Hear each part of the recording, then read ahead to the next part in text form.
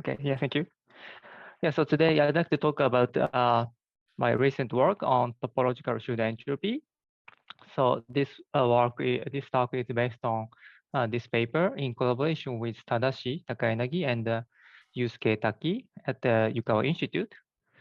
Okay, so let me briefly begin with some brief introduction about the entanglement entropy in quantum field theory. So um, entanglement entropy. So when you consider entanglement entropy in quantum field theory, so we typically consider some bipartite system, and you consider some subsystem A, and then roughly speaking, in quantum field theory, so you have a lot of EPR pairs which across the boundary of this subsystem. So you have infinite numbers of EPR pairs. So entanglement entropy becomes divergent, but it is all related to the UV divergence. But so in recent developments, so entanglement entropy has some applications. So some of the applications are as follows. So entanglement entropy is known to be a good order parameter in various phase transitions, and also it satisfies some non-trivial set of inequalities. So for example, so it satisfies so-called strong subadditivity. So using such non-trivial inequalities combined with Lorentz invariance of quantum field theory, so you can derive some non-trivial constraints on the dynamics of quantum field theory. So some examples are so-called C theorem and also average energy conditions. So C theorem states that there exists some function on the space of quantum field theories. So when you have an RG flow from one theory to another, so this function should monotonically degree this. So that's the statement of the C theorem. And one nice thing is that using some inequalities which entanglement entropy satisfies, so you can concretely construct such a non-trivial C function. So that's one of the remarkable applications known so far. And more recently, so entanglement entropy is now applied to prove non-local observables. For instance, so people consider entanglement entropy in boundary, quantum field theory on manifold with boundary, and also some non-local observable like interface or defects like this. So today, I'd like to talk about some generalization of the notion of entanglement entropy. So this is a kind of new quantity. So it's called pseudo entropy. So introduced by Tadashi and his collaborators recently. So pseudo entropy is a generalized version of entanglement entropy, so which measures quantum entanglement in a time-dependent system. So suppose you start with some initial state psi, and you let it evolve in time, and then the final state becomes phi.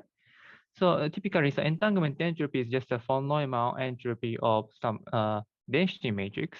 It's known as a reduced density matrix for one state psi. So this is some fixed state. So this reduced density matrix knows contains every information with respect to the subsystem. So when you take a trace of some operator inside subsystem A with this row A, then so you can always calculate the web of this operator. But it is only it depends on the one state. So pseudo entropy is a generalization, which is nothing but the von Neumann entropy of so-called transition matrix. So this transition matrix is defined in this way. So basically, instead of having one state, so you replace one of say this Bura vector with the final state phi like this, and then you take a partial trace. So this is the generalized version of the entanglement entropy. So this quantity is so new. So I'd like to study some properties of this guy in some simple setups. So my one of my question is that how it depends on some topological data in topological field series. And also I'd like to examine how different or how similar is this pseudo entropy is to the other measures. Okay, so this is my table of contents. So I will give you some path integral representation of this pseudo entropy. And then I will, using this path integral representation, I will compute pseudo entropy in Chern-Simon theory. And I'm gonna derive some exact result there. And then I will talk about some relation of pseudo entropy to interface entropy in two-dimensional CFT. And then I will slightly generalize a pseudo entropy in the set of boundary CFT. Okay, so so before starting with pseudo entropy, so let me briefly remind you how to compute the entanglement entropy in quantum history. So as I briefly mentioned, so in QFT, so we typically consider the bipartite system by taking some subsystem like this. So then, so this is just a von Neumann entropy of this reduced density matrix. So here, so you take a partial trace of the total density matrix, and I typically consider pure ground state psi. So that this density matrix is given by this form. So so we want to have some path integral representation. So so we need to represent this ground state in the path integral form. So this is very well known. So here, so you have some ground state, so which can be created by Euclidean path integral. So this is my Euclidean time at minus infinity, and you path integrate in this way. And here I specify some boundary condition at time equal to 0, so some constant time slice. And this phi naught specifies the boundary condition. So then, so by gluing 2 copies of them and take a partial trace like this, so then this reduced density matrix is given in this way. So this is the path integral representation. So since this is the matrix, reduced density matrix, so it has 2 indices. So indices correspond to, say, some boundary condition on this upper part and also the lower part of this subregion. So using this path integral representation, so you can easily calculate the entanglement entropy. So, but in the original definition of the entropy, so there appears log of rho A, so reduced density matrix, so which is not easy to evaluate. So instead of directly compute entanglement entropy, so you may use so-called replica trick. So you start with the Renyi entropy for some integer n, and then you analytically continue in n to get the entanglement entropy. So here, so in the definition of the Renyi entropy, so there appears trace of rho A to the n. And this part, you can use the path integral representation. So trace of rho to the n is given by the path integral on some so-called the n-fold cover of the original space. So you can construct such an n-fold cover geometry by gluing n copies of these manifolds along this subregion. So then this gives you some path integral, a partition function on this space-time. So this manifold. So the Renyi entropy is just completely given by knowing this partition function on this geometry. So now let's generalize this construction to the pseudo case. So we first start with pseudo Renyi entropy. So the pseudo Renyi entropy is defined just by replacing the reduced density matrix with the transition matrix. So this is a transition matrix. So this part, so we need to represent the path integral in the path integral. So now, so this guy, so this is a transition matrix, which depends on the two states, so psi and pi. So by design, so it is, okay, you see that this matrix is not Hermitian in general. So the Schur entropy can be a complex number, and it satisfies this relation. Sorry, so maybe I spell here. So, but okay, yeah, this is typically a complex number, but it reduces to the original Renyi entropy. So when you take psi equal to 5. Okay, so now let me move on to the Path integral representation. So as before, so we represent a this initial state psi in the Path integral form. So we put some boundary condition at some constant time slice, and then do the Path integral.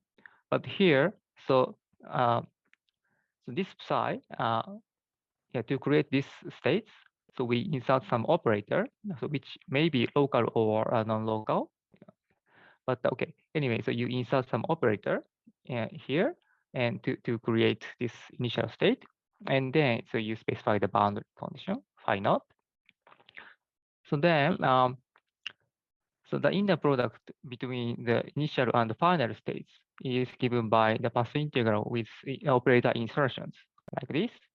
And I'd like to call this inner product as a partition function with operator insertions like this. So now, so to calculate a pseudo entropy, so we need to have a transition matrix. But now, so I'd like to use unnormalized version of the transition matrix. So unnormalized version of the transition matrix is just a partial trace of this guy, so which can be written in this way. So this is again the path integral with operator insertions and with some cut here. And now, so you glue n copies of this manifold like this before. So then, so you get the oh, okay. So is a question? Okay.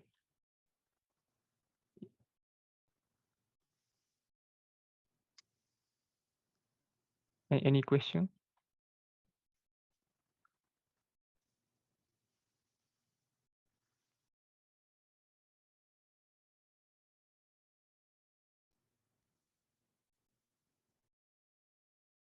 I'm sorry, I cannot hear anything. So can I continue? Okay. Oh, okay. Yeah, I can wait. Can you hear us now? Oh yeah, I can hear. Yeah. Sorry, I was wondering before you got to the interpretation whether you could say what the properties are of the pseudo entropy. Like it looks like it diverges if the states are orthogonal, or it looks like maybe I should think of it like some like the off-diagonal elements of some superposition. Like how should I? What are its properties? I guess. Sorry. So your question is. So are you asking the orthogonality of these guys, or? I don't mean sorry, I don't mean like the geometric interpretation or anything like that. Just what is this object that you're calling a pseudo entropy? Can you say what the properties are? And why it seems to have some strange ones, like it seems to diverge on orthogonal states. It seems to be like think of it like those two states are in superposition, and I want to look at that. It's not quite that. Okay, so yeah, basically, basically this entropy can be defined for states which has some non-zero overlap. So yeah, so typically, so yeah, I'm going to give you more concrete examples in CFTs. So in CFTs, say, or in boundary CFTs, so you can take these states to be, say, some Cardy states, which may have some non-zero overlap. So in that case, yeah, you can, this can be well defined. Does it have any entropic-like properties, like in terms of like? Oh, entropic, yes. In this paper, so yeah, they examine some, quantum informational meaning of this quantity. Yes, there is some quantum information, say, operational meaning. So it counts, it measures the amount of quantum entanglement in some projection measurements. But I unfortunately I don't I don't prepare any slides for that. So yeah, but in their paper, they discuss more.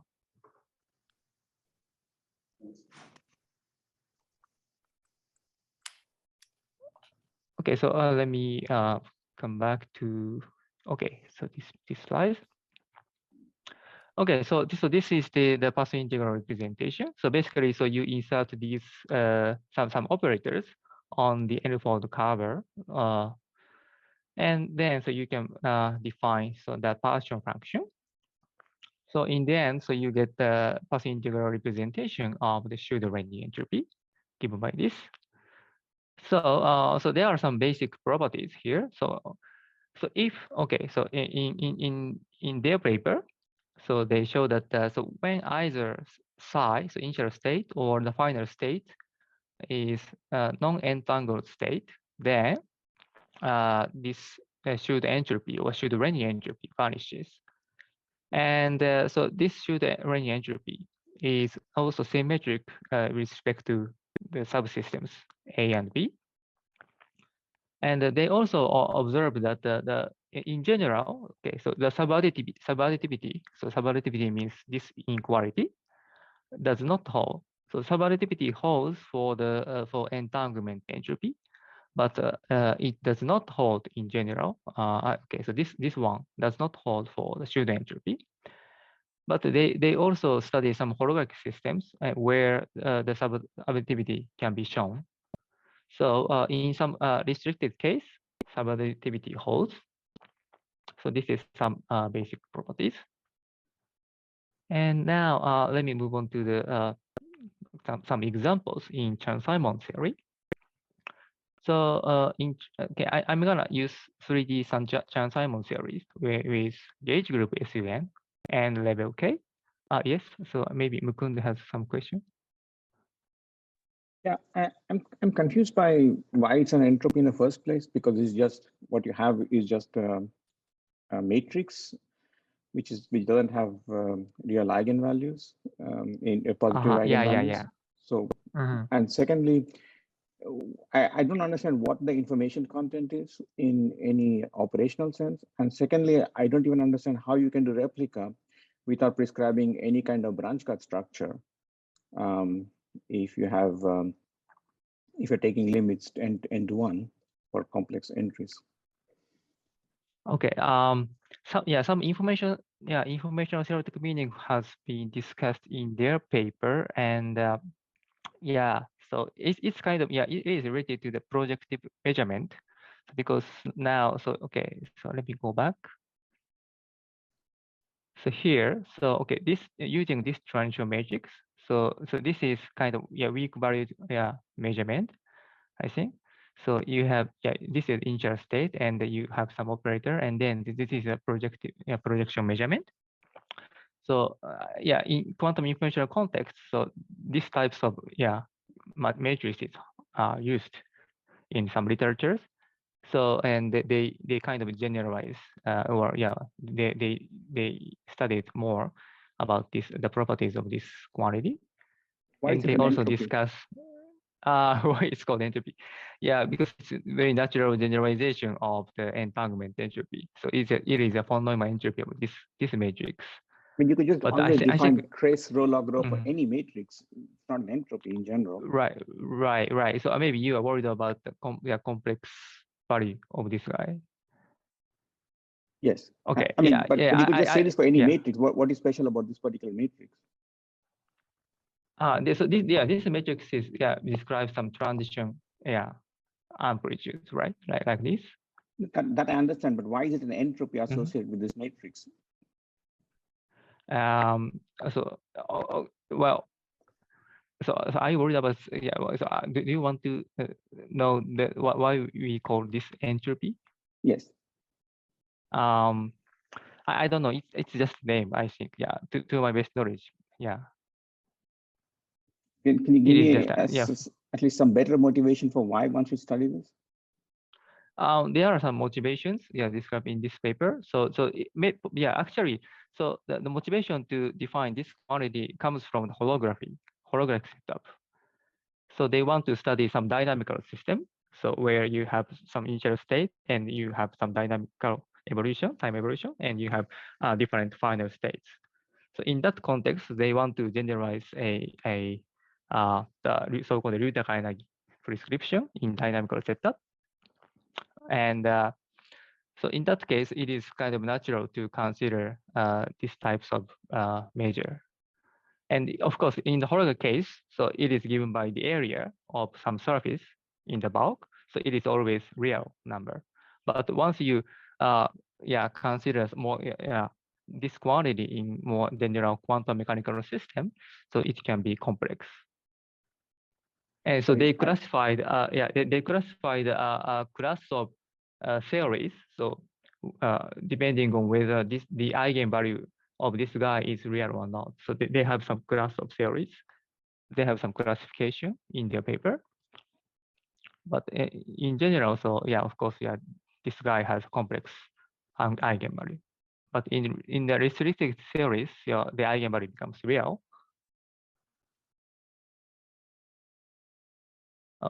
Maybe I don't answer to your question, but no, I actually didn't understand, but that's okay. Go ahead. Okay, thank you.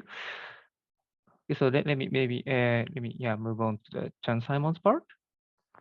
Okay, so as a concrete example, so I just consider the Chern-Simons theory given by this action, and the observable in Chern-Simons theory is given by a Wilson loop. And one nice thing is that in this theory, so the partial functions can be calculated exactly, and it is given by the so-called modular S matrix. So I won't explain what the S matrix is, but anyway, so you can calculate the partial function, say on 3-sphere. And on 3-sphere, the partial function is given by S naught naught. And so once you insert the Wilson loop, then so it is also given by S naught I. And you can also compute more complicated partial functions using this formula. So this is okay. So if you have some manifold with some operator insertions, then you can divide in the middle of this manifold into 2, and by inserting the 3-sphere in between. So for example, if you have 2 Wilson loop insertions, then using this formula, so the partial function is given by this. And so now, so we want to consider Schroeder entropy. So we want to choose, say, some initial state and final states. So here, so we consider actually 4 excitations. So these are some anyons. Okay, so in this theory, so there are anyons or quasi-particles. And so we consider 2 cases. So one is that we have one fundamental representation, one quasi-particle in fundamental representation, and also one in anti-fundamental representation, like this. And in the case 2, so we have 2 excitations in the fundamental representations.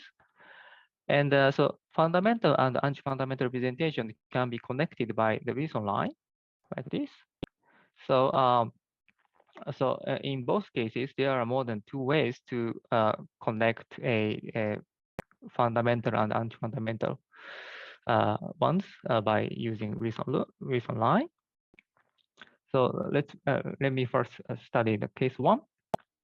So okay, so here, so previously I have some R2, so 2-dimensional space, flat space, but now I compactify this 2-dimensional surface by adding infinity, a point at infinity. So this is about 2-sphere, and I fill it, fill in. So this is a 3-dimensional ball whose boundary is 2-sphere.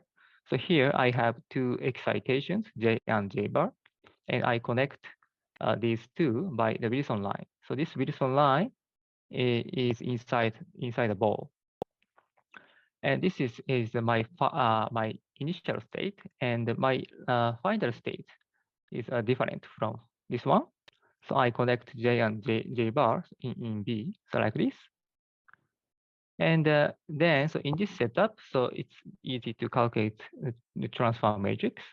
So the transfer matrix can be calculated by just taking a partial trace over B.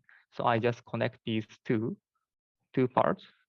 Okay, yeah. So these two, then I get this one. So from this, so it's easy that the inner product of the final and initial state is given by the partition function with one Wilson loop insertion. And I can also glue n copies of this guy. So then I end up with the n loop insertion. So in this case, it's kind of boring because the shoot entropy is given by log of S naught naught. Okay, so this is a case one, but I can consider a slightly complicated example. So here I have two fundamental representation in the region A, and this is my initial state, and this is my final state. So here I have one crossing here. So then, so the transfer matrix becomes like this, and even in this case, the inner product becomes just a one Wilson loop insertion.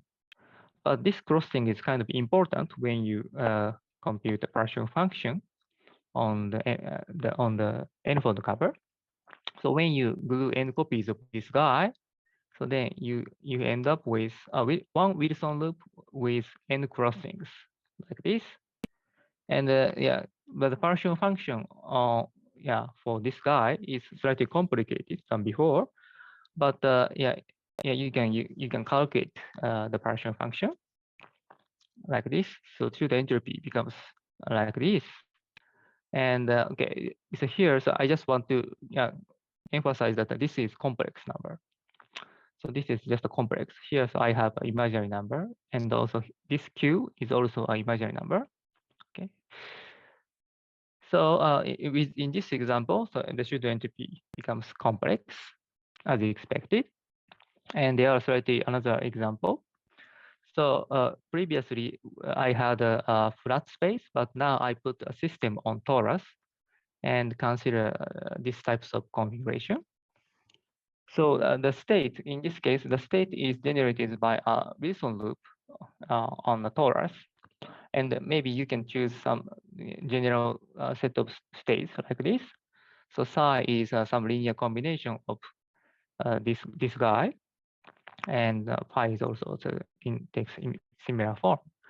In this case, pseudo entropy can be given by this neat form, and this is also the complex number. Okay, so now let me move on to some story in CFT, and I'd like to discuss some relation between pseudo entropy and interface entropy. So let me consider some subsystem, so which is a single interval in CFT2. So, and now I have some initial state here, and then I have some final state phi here. So I can use conformal map. And then, so this configuration is now mapped to a cylinder. So here, so this is some circle direction. So these two orange parts, orange lines are identified. So this becomes a cylinder.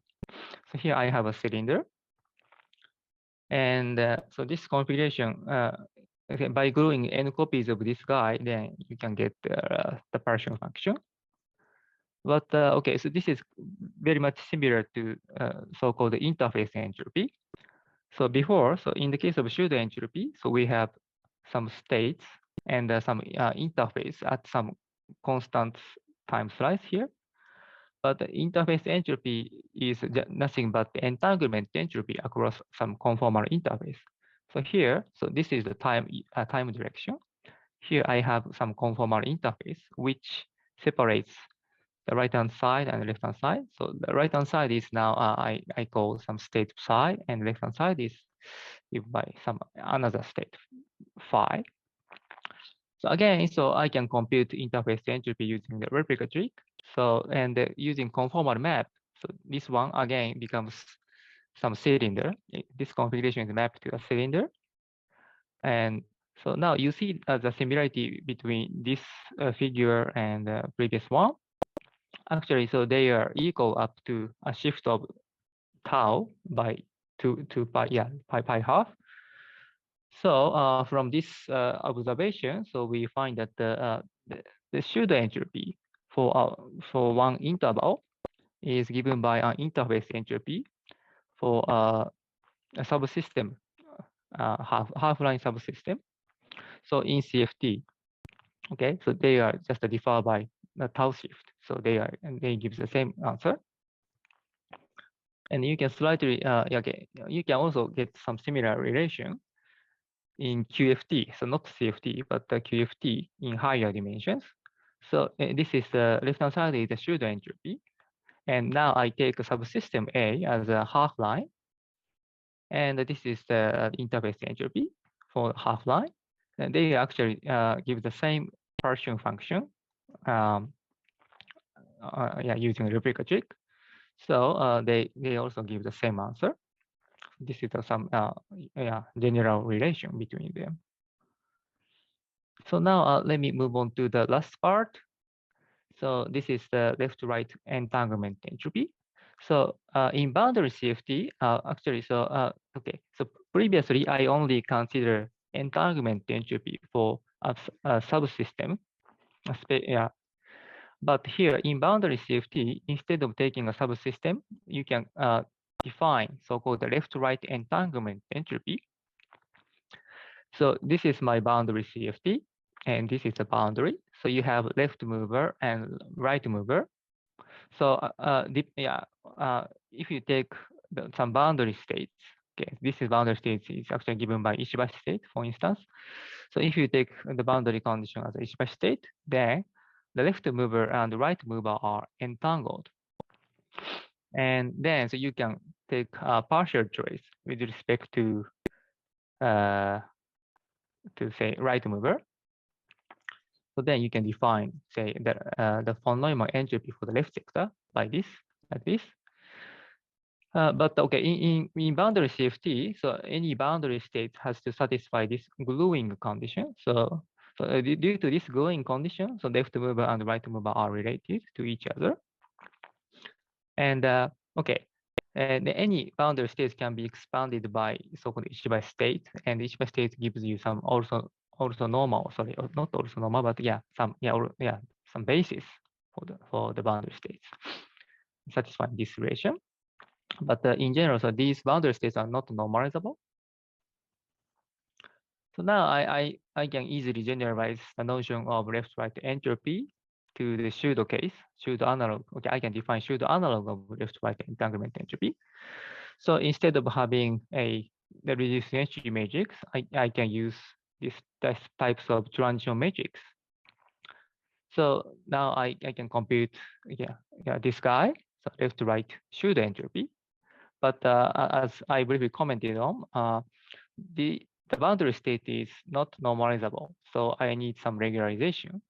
So you can regularize state by slightly time evolve this state in the Euclidean time direction like this. Then it becomes finite.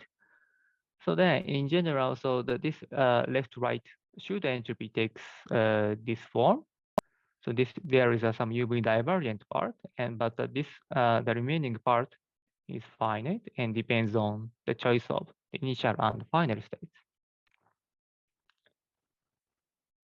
And as an example, so let me consider a very simple example. So let's take the initial state to be a Cardy state A. The Cardy state is given by this form. So this is a physical boundary condition. And as a final state, let me take some Ishibashi state. So in this case, somewhat interestingly, so left-right pseudo entropy becomes this form, and it does not depend on the choice of the Cardy states as long as it overlaps with Ishibashi state. Okay, so there is no dependence on A. So this is our observation, and so we don't understand. We don't have any physical interpretation, but this is just a result. Okay, so let me conclude my talk. And so in this talk, so I studied the pseudo entropy in the context of topological and conformal field series. So pseudo entropy is a new measure. Okay, is expected to be a new measure of entanglement in dynamical system. And so far, so less is known. So we studied. Yeah, we give some concrete examples where pseudo entropy can be computed. So, and we also derive some non-trivial relation between pseudo entropy and interface entropy. So in some cases, the pseudo entropy and can be equivalent to interface entropy. And we also generalize the pseudo entropy to the right-left setup in boundary safety. So in our paper, so in our previous work, so we only studied some concrete examples, but so we want to have some more applications. So for instance, so we want to find some nice applications of pseudo entropy to constrain, say, QFT dynamics. And also, personally, I'm interested in supersymmetrize the pseudo entropy in somehow, as I done previously for the entanglement entropy. Okay, that's it. Thank you very much.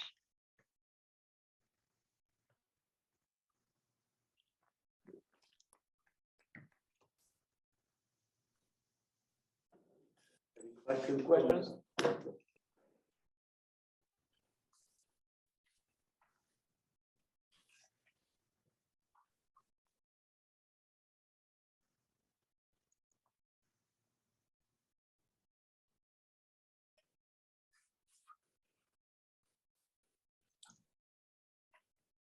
Question.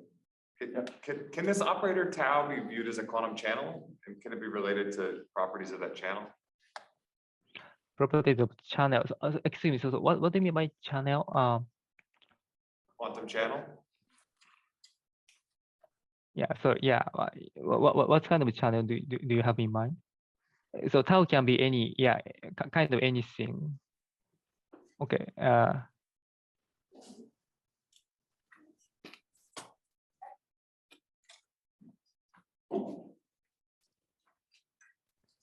So yeah, so this is just a definition. There are various information theoretic defined for quantum channels. I was just wondering if this is related to any of them. Yeah, I'm also familiar with the quantum channel. So sorry, I'm sorry. But I think there are some nice papers in quantum information theory, so where they consider this type of transition matrix in QI setup. It looks like the noise in a coherence, but if you do the superposition of those two states, it looks almost like how much noise is in your coherence if you do the superposition of those two states, but hard to interpret. Yeah, actually, they discuss some interpretation, but which I'm not so familiar with,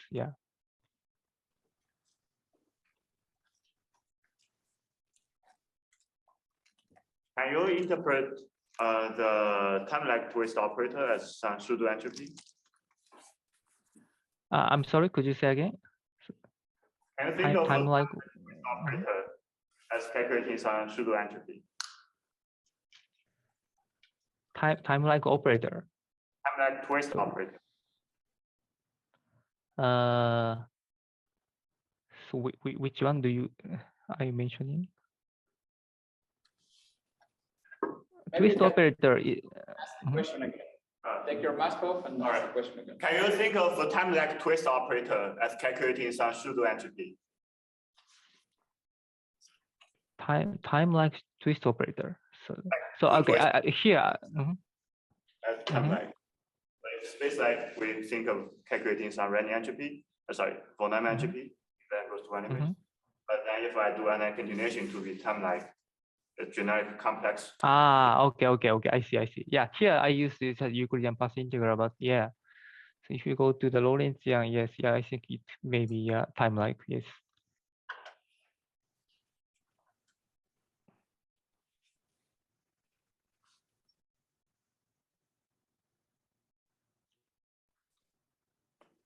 Any further questions from the audience or from Zoom?